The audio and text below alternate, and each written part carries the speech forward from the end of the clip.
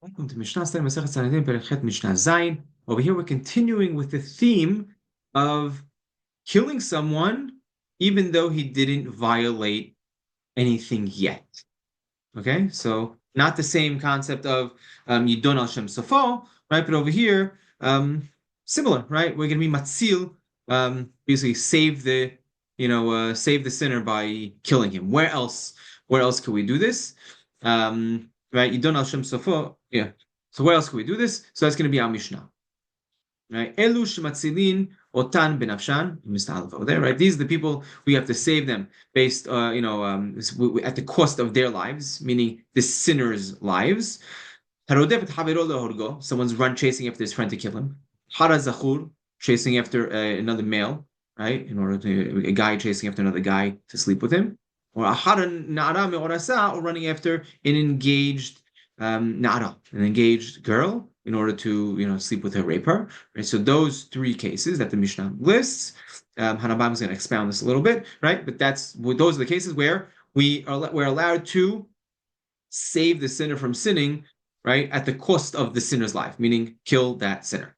Aval, if someone is chasing after an animal, Shabbat, or he's violating Shabbat, is worshipping Avodah Zarah, and matzilin otam benafsham, right? The individual has no right to kill this person before he sins. Rather, if he's prevent him, right? But if he sins, you take him to the Beit Din and you go the regular due process. Hanabam points out that we're talking about on Mishnah, when you're allowed to save someone the course of their life, that's talking about all hayaveh kiritot and mitah from a Beit Din, right? When it's specific to arayot cases, right? Specific to incest, right? So incest, when there's karet or capital punishment, that's when you matzil them with their lives. Now, we only counted these, right? Because they're more explicit, and we learn it from Hatzalah, from saving, really saving from the case of the Na'ara Me'orasa. But the Na'ara Me'orasa in the Torah, it says, En Moshialan, and there was no one to save her. There was no one to save this girl from being raped. So we see that if it was someone to save her from being raped, he should have saved her. How do you save her? By killing the perpetrator, by killing the rapist. And we learned Zahur, right? A male trying to sleep, to rape another male from the Na'ara Me'orasa, because it says, La Na'ara lo ta'aseh davar. Right, and it writes it with a na'ar, without a hey. It says, right, lo ta'asid avar. And then we also learned the rotzeach, someone who is a murderer, who's trying to kill someone. It says over there, it says, ki kashi yakum ish al re'u tzahonofesh ken davar hazeh. Right, similar, ken davar hazeh. Okay, so we learn Hayave mitot and Hayave kritot. We learn, we have to go ahead. We should kill this, perpetrator. It says why? Because the pasuk says het mavet. The same way we learn het is talking about Hayave kritot. Mavet is talking about mitat bedin, and all this is specific to arayot, right? To incest. But other avirot, if someone is eating haylev, right? Sisur karet or dam. He's eating blood, or mechashef, witchcraft, right? All these, we're not allowed to save them by killing them, right? You can't prevent them from doing the avirah by killing them.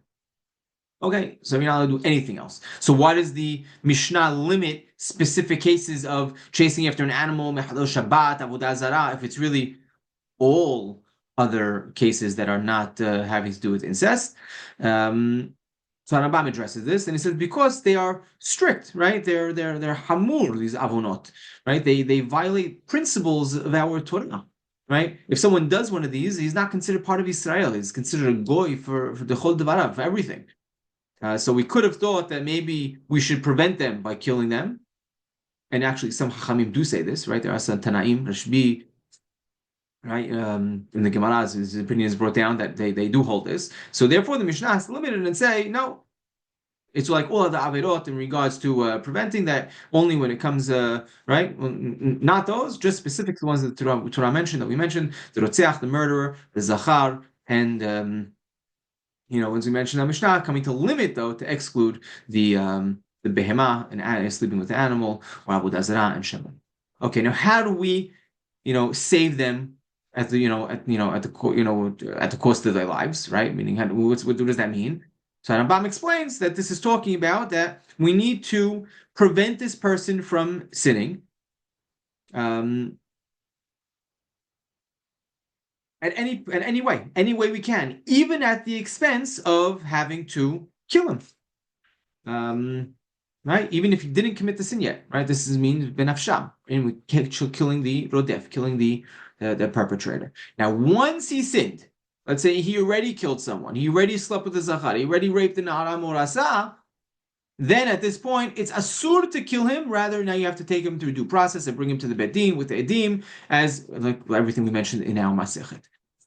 Now, this is as opposed to the second half of our Mishnah, that if we see someone running after an animal, wants to be Chodesh Shabbat, or wants to perform Avodah Zarah, right? We should prevent him from doing so, but it cannot be at the ultimate expense of killing him. You're not allowed to kill him. Rather, you have to prevent him. If you can't, then you have to bring edim, witnesses, hatra'ah, warning him. You bring him to the bedin, and you would kill him in the bedin, and all other avirot as well, right? Except for the arayot and the rotzeach, as we mentioned in our Mishnah.